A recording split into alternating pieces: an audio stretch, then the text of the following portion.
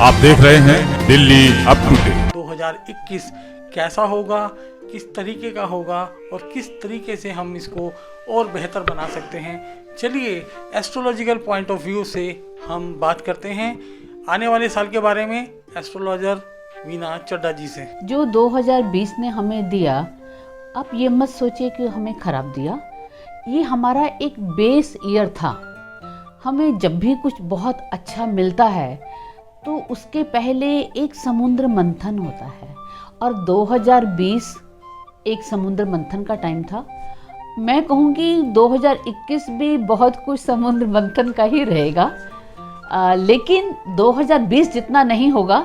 लेकिन इसमें हमारे जितने सभी पहलू पे जब हम बात करेंगे एक एक करके, तो हम खुद देखेंगे कि जो हमारा काम चल रहा था वो काम हमें अभी हमारा पूरा नहीं हुआ है, तो वो अभी और पूरा होगा। हमें जो भी कुछ सिखाना है, बताना है नेचर ने, वो नेचर अभी हमें सिखा रही है, और अभी थोड़ा सा टाइम और लगेगा। तो कब तक मान के चलें वीना जी की, कब तक थोड़ी राहत जो लोगों के रोजगार में है, जो कैजुअलिटीज हो रही हैं, कब तक इसमें हमें रिलीफ मिलेगा? क्योंकि हमारे पास मुद्दे बहुत सारे हैं। हमारे पास मुद्दे पैंडेमिक से रिलेटेड भी हैं, रोज़गार से रिलेटेड भी हैं, हेल्थ से रिलेटेड भी हैं, और इकोनॉमी से रिलेटेड भी हैं, और इसके अलावा सबकी लाइफ के पर्सनल मुद्दे भी हैं। इसके अलावा बहुत सारे मुद्दे होते हैं जो इन सब के साथ जुड़े होते हैं। अगर हम पहले बात करें, अगर आप बात करना चाहें, सबसे पहले मैं पैंडेमिक की बात करूं। हमें पैंडेमिक इसलिए आया था, मैं अभी अपने देश की कुंडली के हिसाब से बात कर रही हूँ, वैसे पूरे वर्ल्ड में कहीं ना कहीं वो जुड़ा था। पहले एक बात मान लीजिए कि जो सैटर्न है वो कैप्रिकॉर्न में है, और कैप्रिकॉर्न में जनवरी 2020 में आया था। और जब भी सैटर्न किसी साइन में आता है तो वो वहाँ पर 2.5 साल रहता है, तो अभी उसको 2022 तक कैप्रिकॉर्न में ही रहना है। तो ये चंद्रमा मंगल वाली बात नहीं है कि थोड़े दिन के लिए हुआ और कहानी ख़त्म हो गई। इसने जो भी देना होता है वो परमानेंट वाली बातें देता है। और ये बताऊं कि कैप्रिकॉर्न में ये 30 साल के बाद आया है, तो ये समझिए पहले 30 साल पहले क्या क्या हुआ था, क्या क्या हुआ था, क्या क्या हुआ था, वो आपको सोचना पड़ेगा।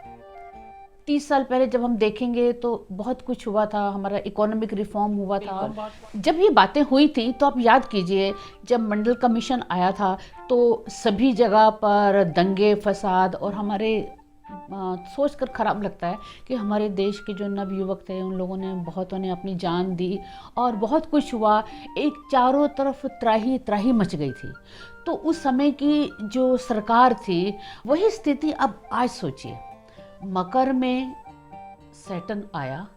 मकर क्या होता है, वैसे एस्ट्रोलॉजी आप लोगों का टॉपिक नहीं, एक हल्का सा बता रही हूँ। मकर का मतलब होता है कुछ पुराना, मतलब कुछ ऐसी बातें जो पुरानी वाली थी वो रिवाइव होंगी। और बृहस्पति और मकर और शनि मकर में 800 साल के बाद आ रहे हैं, तो 800 साल इनकी दोनों का आपस में मिलन 20 साल के बाद होता है, लेकिन इस साइन में 800 साल के बाद आ रहे हैं। तो 800 साल पहले हमारा देश स्वर्णिम युग कहलाता था, हम गोल्डन एज होती थी। से आप ये सोचिए कि हमारा कुछ ऐसा होने वाला है कि पुरानी सारी बातें रिवाइव होंगी। मैं सिर्फ आपको 2-4 बातें बता रही हूँ। अब आप this is a time of revival of our culture. जो हमारा पुराना कल्चर था उसको रिवाइव करके रखने का काम शनि अपनी राशि में है। जब हम अपने घर में होते हैं तो हम अपने राजा होते हैं, अपने मन के मुताबिक कुछ भी कर सकते हैं।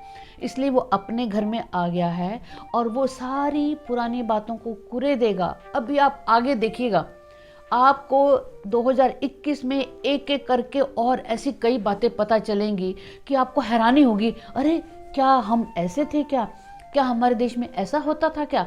आपको एक एक करके जितने भी ये पुरातत्व वाले हैं, सांस्कृतिक डिपार्टमेंट हैं, वो एक एक करके इसको खोज रहे हैं। पहले भी वो काम करते थे, लेकिन चूंकि उनको वो मोटिवेशन नहीं मिल रहा था कि चूंकि शनि आ गया है, शनि पुराना है, पुरातन है, तो वो पुरानी सारी बातें करके आपको 2021 में ये सुनाई देंगी। हमारे पूरे स्टेट्स में एक बदलाव आएगा, हमारे देश की छवि में बदलाव आएगा, क्योंकि कैप्रिकॉर्न में जुपिटर भी बैठा है, शनि भी बैठा है, और जुपिटर राहु को देख रहा है, राहु लगन में बैठा है। लगन मतलब हमारी पर्सनैलिटी, पर्सनैलिटी मतलब हमारे देश की पर्सनैलिटी, हमारे देश की छवि, हमारे देश की छवि बदलने जा रही है। ये बहुत अच्छा टाइम आया है जो 2020 से शुरू हुआ है और 21 तक चलेगा। उसके बाद आपको 22 में एक नई इमेज मिलेगी और ये सब बातें किताबों में लिखी जाएंगी, और ये सारी बातें अच्छे के लिए हो रही हैं। इसको पॉजिटिव सेंस में लें। जो CAA आया, अब जो किसान आंदोलन चल रहा है, ये सारी बातें क्या हैं? जो शनि है वो छोटे लोगों को रिप्रेजेंट करता है, गरीबों को रिप्रेजेंट करता है।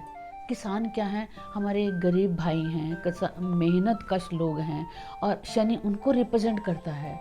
उनके वेलफेयर के लिए जो भी कुछ है बहुत अच्छा सब कुछ सामने आने वाला है, जिसमें कि बाद में जिसके दूरगामी परिणाम होंगे।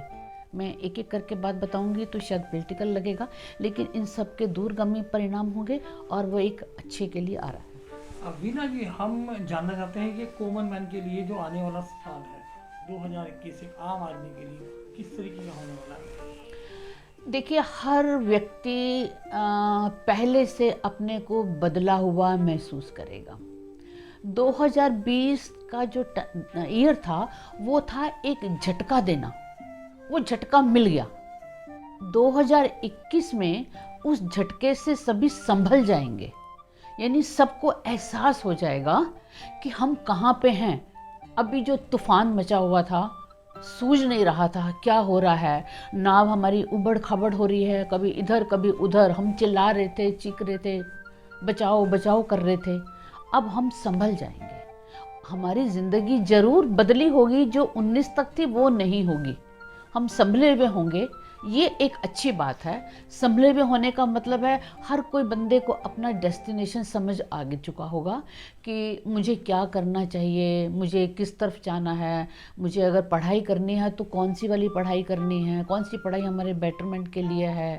अब पढ़ाई का नाम लिया तो आपने देखा ना, हमारी शिक्षा पद्धति चेंज होगी, यानी हमारा सब कुछ चेंज हो रहा है, एक एक चीज़ चेंज हो रही है। तो 2021 एक संभलता हुआ ईयर है, तो ये पॉजिटिव बात है। वीना जी, हमने पहले भी आपसे जब बात की थी तो मैंने ये कहा था कि एस्ट्रोलॉजिकल पॉइंट ऑफ व्यू से 2020 का कुछ आकलन नहीं हो पाया था, अनुमान नहीं लग पाया था कि इतनी बड़ी महामारी का सामना करना पड़ेगा।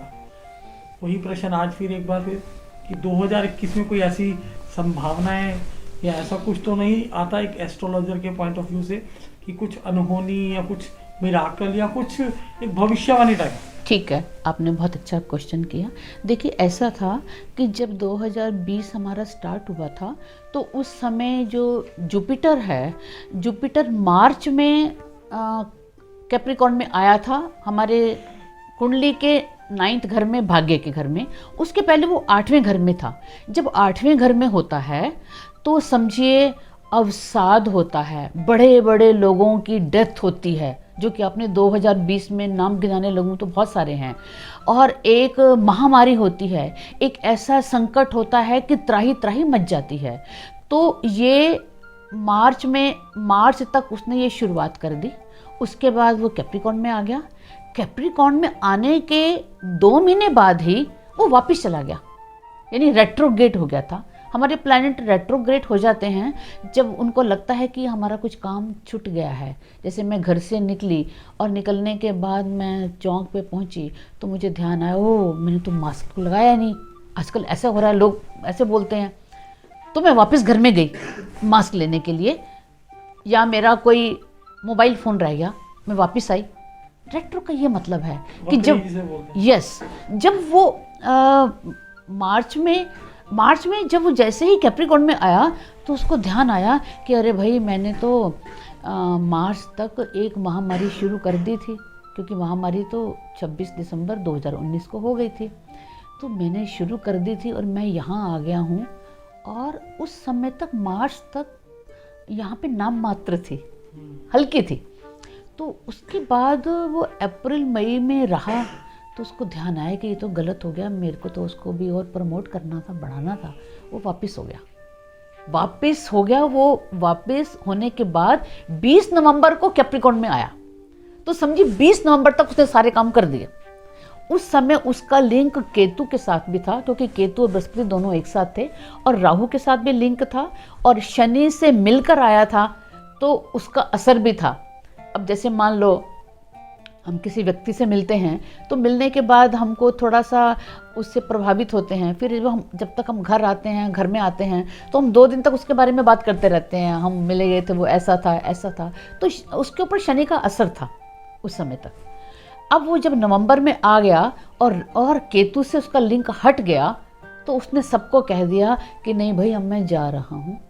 और आपने देखा नवंबर के बाद हमारे केसेस, दिसंबर से हमारे केसेस कम हो रहे हैं, और होते ये 5 अप्रैल तक यहाँ मकर में है, तो 5 अप्रैल के बाद कोई संभावना नहीं है। तो उसके बारे में आप निश्चिंत हो जाएं कि कोरोना तो नहीं आएगा।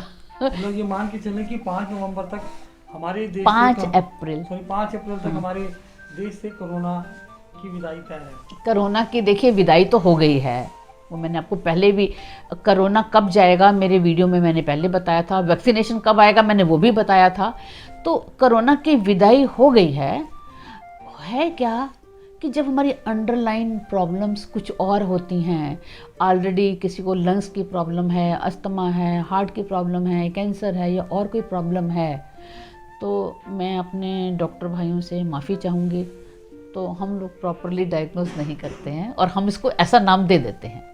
तो कोरोना तो नहीं है, जो भी कुछ हो रहा है वो कोरोना नहीं है, हम उसको भी कह रहे हैं। क्योंकि जब मुझे कुछ समझ में नहीं आएगा, मेरे एग्ज़ाम में क्वेश्चन में मुझे टिक मार्क लगाना है, मुझे प्रॉपर नहीं समझ में आता, तो जो नियर वाला लगता है मैं उसको टिक मार देता हूँ, वही वाली बात है और कोई बात नहीं है। तो ये समझिए कि 2021 हमारे करने का टाइम है, कर्म योगियों का टाइम है। इसलिए आपके माध्यम से मैं ये कहना चाहूँगी लोगों को, खूब मेहनत करो, हिम्मत मत हारो, डिप्रेशन मत रखो, जितनी हिम्मत हो सकती है हिम्मत करो, काम करो, एवेन्यूज ढूंढो, और स्काई इज़ द लिमिट। जितना काम करोगे फल अभी आगे मिलेगा, लेकिन आपको एक रास्ता नज़र आ जाएगा, वो 2021 में रास्ता नज़र आएगा। आनंद लेने का टाइम अभी बाद में है, ये काम मेहनत करने का है। तो यानी कि जो मंजिलें मिलनी है थोड़ा सा वक्त लगेगा, लेकिन जो हमारा सफ़र है वो इसी तरह से शिद्दत से, जुनून से जारी रहना चाहिए, मंजिल मिलेगी। और हमारे आज के एपिसोड का सिर्फ और सिर्फ ये मतलब है कि आने वाला साल किस तरीके से होगा, कितनी कोई त्राहिमाम तो नहीं है। जो दर्द हमें 2020 देकर जा रहा है, कम से कम इन दर्द से कुछ ना कुछ राहत, ये वक्त की मरहम हमें ज़रूर मिलेगी। आज के लिए इतना ही, शीघ्र मिलते हैं एक नए एपिसोड के साथ। जय हिंद, जय भारत।